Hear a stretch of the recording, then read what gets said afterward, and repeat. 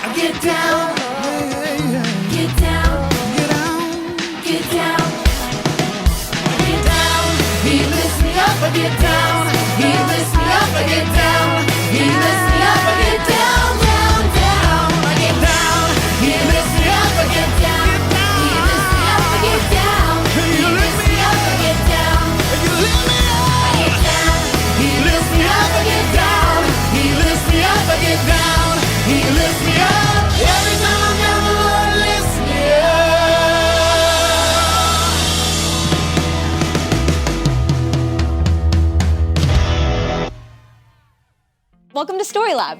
This week, we're talking about knowledge, while we take a look at the story of someone who faced a really tall temptation.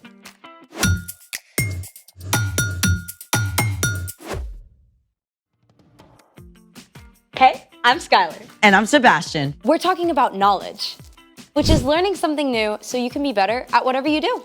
I've recently discovered some new stuff. Like what? Well, I made a quiz for you. It's gonna be out of this world. Is that a clue? We're gonna find out how much you know about stars. Wait, like stars? Or stars? I mean flaming ball of hydrogen and helium kind. Is there a prize? 1 chocolate bar for every right answer. Full size? You bet. To be delivered through the prize tube extraordinaire. I'm in. It's time to play the Out of This World Quiz Show. Here's your first question. What type of galaxy is the Milky Way? A, elliptical, B, spiral, C. Lenticular. D. Medical. Oh, I know this one. It's, A. No, I mean B. B. Spiral. Final answer? Final answer. Let's see if you're right. Yes! Spiral is correct. You get 1 Milky Way bar. Yum. Hey, I won that. Maybe. You must wait for the final test. Okay. Question 2. What is the nearest star to our solar system? A. Proxima Centauri. B. Sirius. C. Sonic the Hedgehog. Or D. Betelgeuse. Nearest star. A. Proxima Centauri? Final answer? No. D. Betelgeuse. Let's check that out. Oh, nope, I'm sorry, but the correct answer was A. Ugh, I knew it. You have one more chance. Question 3. What is the Kuiper Belt? A. The remains of an exploding supernova. B. An icy collection of objects beyond Neptune's orbit. C. The hottest fashion item. Or D. The tail of an asteroid. The answer is, I think it's B. B. An icy collection of objects beyond Neptune's orbit. All right, let's see if it's correct. Yes! You win an extra dark chocolate bar. Can I open it now? You can open it now, or you can trade your 2 candy bars for what's inside this box. What is inside that box? It will only be revealed once you choose. You have 20 seconds. Well, is it better than 2 chocolate bars? My lips are sealed. So it could be a ball of Dryerland. Or it could be something really awesome. I'm really craving chocolate You right have now. 5 seconds. But what if there's a $100 bill in the 2 box? seconds. Okay, I'm keeping the chocolate. Congratulations, you have won 2 chocolate bars. Now I get to see what's in the box, right? It's time for... The story before the story. Today, we're in the 3rd book of the New Testament, Luke. But before Luke, in the very beginning, out of a deep, deep love, God made an amazing world. But when people turned away from God, the world was broken. God made a plan to bless the whole world through one group of people, the Israelites. Over hundreds of years, God spoke through prophets about the great rescuer God would send. And at last, God sent a tiny baby to be born in the small town of Bethlehem, God's very own son, Jesus. When Jesus grew up, he was baptized in the Jordan River. God spoke from heaven, "This is my son, and I love him. I'm very pleased with him." Which is where our story starts. Take it away. Hey, Erica. Hey everyone! So, Jesus was about 30 years old at this time. After years of studying God's words and quietly working as a carpenter, now Jesus was revealed to the watching crowds as God's son.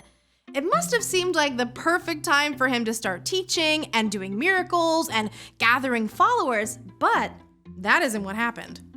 Instead, God's Spirit led Jesus away from the crowds and towns and into the desert. For 40 long days, Jesus spent time with God, preparing for what God would have him do next. During this time, Jesus ate nothing. He focused on God as the one thing he needed above all else. But he wasn't alone. Not quite, because the devil showed up to distract him. You must be so hungry.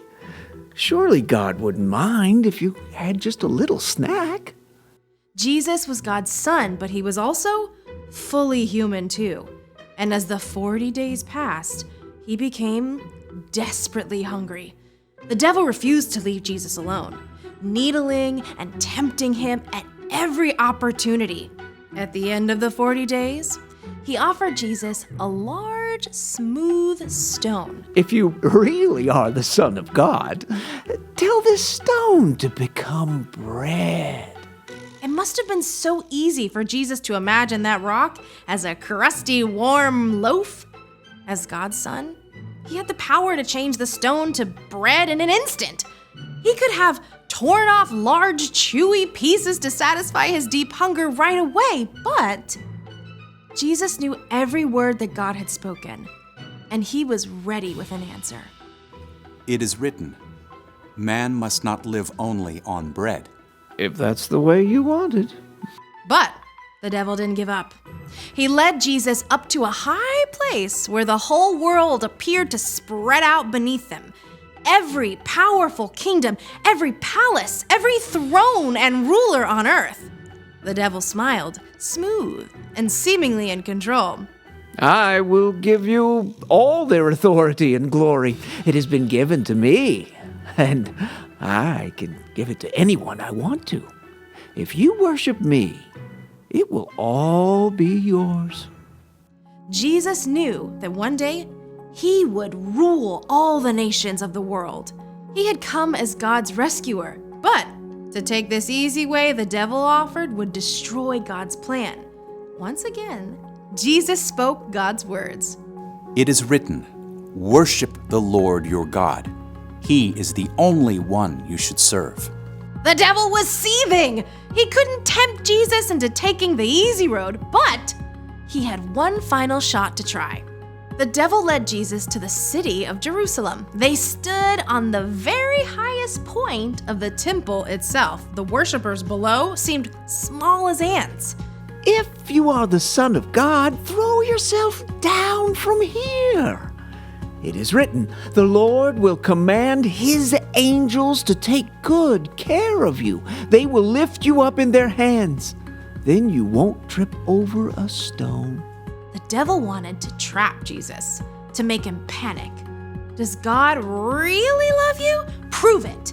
But again, Jesus had God's own words at the ready. Scripture says, "Do not test the Lord your God." The devil was furious. He couldn't trip Jesus up no matter what he tried. So at last, he left until he could find a better chance. When the devil was gone, God had sent angels to take care of Jesus and provide everything he needed. Jesus had spent his whole life discovering God's words and spending time with God. And so when he had to make some tough choices, the words were right there. 40 whole days with no food? I can't even imagine that. Yeah, I sure do not make good choices when I'm hungry. And it's not just when you're hungry. Difficult choices can show up at any time. And remembering what's true can help you make the wise choice. So, what's our part in the story? Well, before you remember what's true, you have to discover what's true. You can start by reading God's words in Scripture. And memorizing it too. And you can spend time talking with people who've been following God a while. Here are some super important truths to start with. God made you and loves you. You are so valuable that Jesus gave up his life so that you could have a relationship with God forever. God always hears you when you pray and is acting to provide what you need, even if it's not in the way you expect. And you can know the most important thing is to love God and love others. Exactly. The more those truths are rooted in your heart, the easier it is to face tough choices. Maybe you're at a friend's house and they're trying to get you to watch a show your parents specifically said you can't watch. You can remember that you are already deeply loved by God, so you don't have to do something wrong just to be liked. Or when your little sister is bugging you and you're about to snap, you can stop and remember loving others is more important. Exactly. I think y'all got it. See you next time. Bye, Erica. So here's the thing. Remembering what's true can help you make the wise choice. Now do I get to see what's inside the box? Sure. Get that away from me! It could be covered in chocolate. No!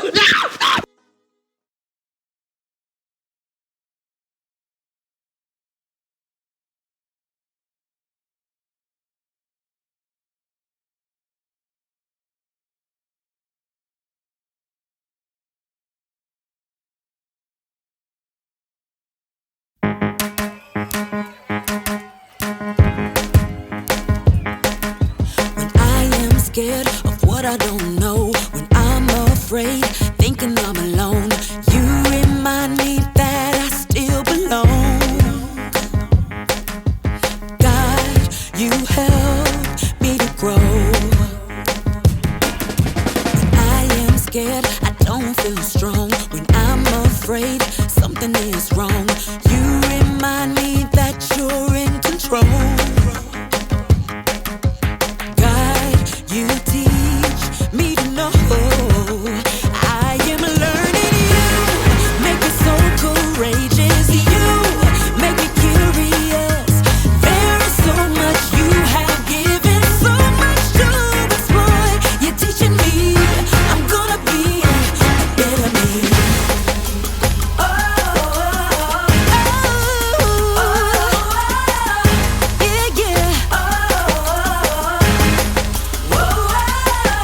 When I am scared of what I don't know, when I'm afraid, thinking I'm alone, you remind me that I still belong. Oh yeah, God, you help me to grow. When I am scared